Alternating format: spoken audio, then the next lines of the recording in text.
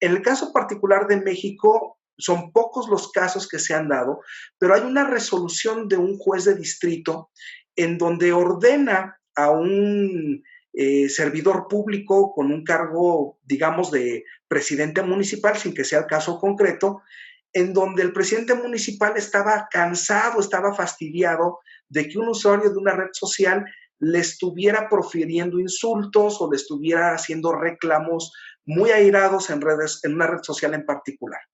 La decisión que tuvo el servidor público fue bloquearlo.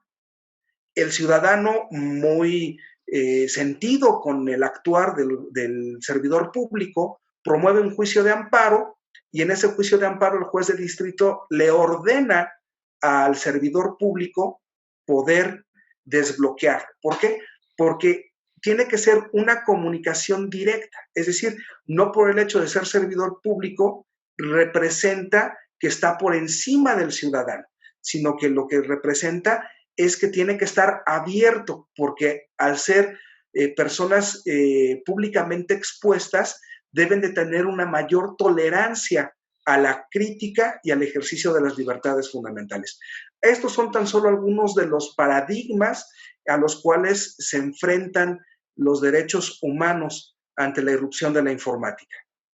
Interesante, doctor, todo esto que nos comenta, porque al menos personalmente no había yo vislumbrado el impacto que tienen estas tecnologías de la información y de la comunicación en los derechos humanos en concreto. Sí lo había vislumbrado y seguramente nuestros oyentes y nuestros lectores de la revista Ius Comitiales lo habían vislumbrado en términos de la legislación en general o del derecho en general, pero en específico de los derechos humanos, tal como nos lo comenta, pues me parece que resulta muy, muy interesante y muy importante, dados los impactos que se pueden producir. Y esto que nos comenta, doctor, de la libertad de expresión y de otros, del derecho a la educación y de otros derechos humanos, que resulta bastante interesante, bastante importante, me parece que puede haber ahí una bifurcación entre lo que es, por un lado, la política en materia de informática y, por otro lado, de acuerdo a lo que usted nos comenta, también la legislación informática. Un poco para que nuestros lectores y nuestros seguidores de las redes sociales de la revista Ius Comitialis tengan el panorama general acerca de la diferencia que hay entre política informática por un lado y legislación informática por otro lado. ¿Qué nos podría comentar en este sentido, doctor? Claro que sí, doctor. Es algo que quedó ahí en el tintero de las argumentaciones previas que yo señalé y una disculpa por no haberlas también aclarado en su oportunidad. Pareciera, en teoría, si nosotros ponemos frente a nosotros la palabra política informática y legislación informática, que es un juego de palabras aparentemente, porque lo político se apoya en lo jurídico o en lo legislativo, y muchas ocasiones lo legislativo permite el desarrollo de políticas, pero en el ámbito informático son dos cuestiones totalmente diferentes. Por un lado, el derecho observa el fenómeno informático como una circunstancia que requiere de una atención específica, ya aludiendo a algunas de las problemáticas que se pueden tener, como es, decíamos, el ejercicio de las libertades fundamentales. Los derechos humanos ahí nos tienen prescritos unos principios específicos y unos principios generales que tienen que ser observados en cualquier ámbito de regulación jurídica. Sin embargo, en el caso concreto del fenómeno informático, la informática se ve, y las tecnologías de la información y la comunicación, se ven como, lo hemos señalado, como una oportunidad de desarrollo de grandes potencialidades para la aplicación en el área que nosotros queramos. Yo me limité solamente a señalar unos cuantos ejemplos, pero ahora observando también el ámbito de la pandemia, pues bueno, ya de manera previa teníamos la telemedicina, el diagnóstico clínico médico, sin la necesidad de que el especialista esté físicamente en un lugar. Y ahora, pues de manera remota se puede efectuar. Pues bien, El ámbito de la política informática tiene que ver cómo el Estado observa a este fenómeno para poderlo implementar en el ámbito de la administración pública. Y este es un tema que también a últimas fechas, en el caso particular de México, nos ha venido a simbrar con el tema de la austeridad republicana, porque una de las decisiones políticas que se ha tomado es la ya no renovación de ciertos contratos para la renta, el arrendamiento de computadoras en alguna Secretaría de Estado. Y el comentario en parte jocoso ha sido en las redes sociales de que ahora cada servidor público tiene que llevar su propia computadora, ¿no? Cuando es una obligación incluso del propio patrón en cualquier ámbito darle al trabajador los elementos, insumos mínimos para desarrollar sus actividades.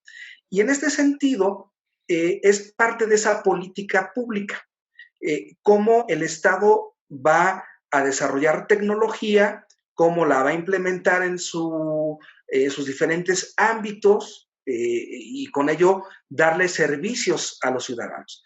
Pero también implica cómo vamos a regular las tecnologías de la información y la comunicación, concretamente las telecomunicaciones.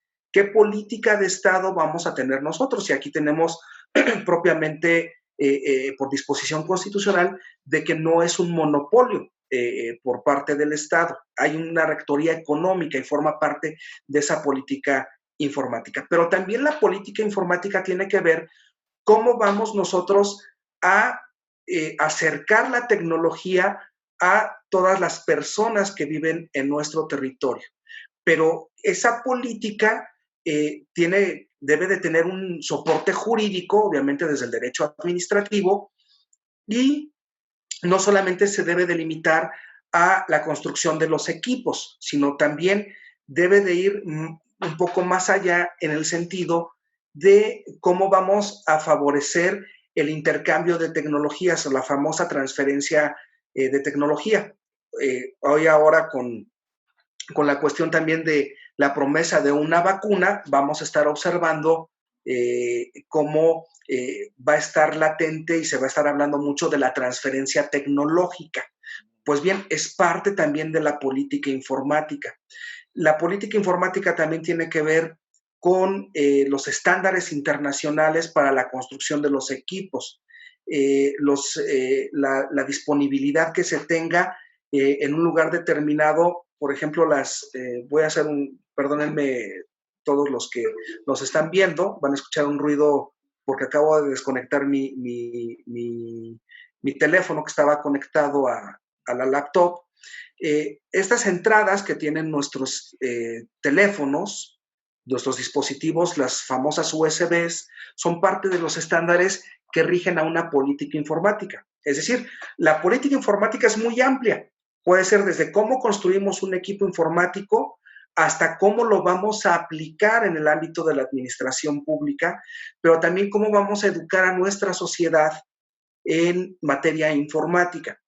Y aquí habría que señalar que en nuestro país la política ha sido de debilitamiento de la propia política de informatización, porque por un lado el INEGI, que incluso en su denominación se le quedó al final la palabra informática. Pues bueno, si nosotros revisamos la legislación en México de carácter administrativo, observamos que ya la parte informática no aparece, ya está, digamos, proscrita. En el sexenio anterior observamos también la creación de una serie de estructuras gubernamentales orientadas hacia México Conectado o el famoso INMéxico que comenzó con el gobierno del presidente Fox en diciembre del 2000 y a partir de ahí se trató de tratar de acercar la tecnología y que todo el país pudiera estar interconectado. Pero en realidad en nuestro país no existe una política pública clara de cómo informatizar a nuestros ciudadanos. Es más bien el poder incidir en ciertos parámetros internacionales o en ciertas cifras, como por ejemplo la teledensidad, que no solamente se va a referir a un aspecto de cuántas televisiones están prendidas o cuántas televisiones están viendo un programa específico o cuántas televisiones hay en cada domicilio o cuántas por millón de habitantes. Un dato aquí característico de cómo nosotros no hemos tenido una política pública específica en materia de informática es con los teléfonos celulares.